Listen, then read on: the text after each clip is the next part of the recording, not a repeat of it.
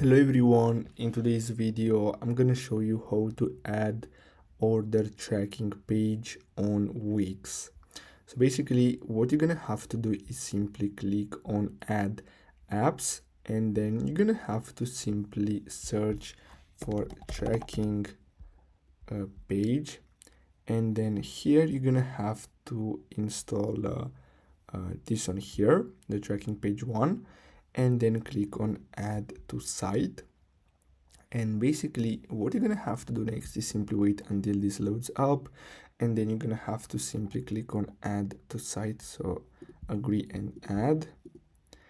And now what you're gonna have to do next, so you're gonna have to wait until this loads up.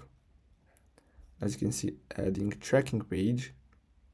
So you're gonna have to wait until the app will do all the work for us. So as you can see here, we're gonna have, so it created a page for us, which is named tracking page, and then here people can track their order. So basically that's all you have to do. So I really hope you found this video helpful. Don't forget to like and subscribe. Thanks for watching.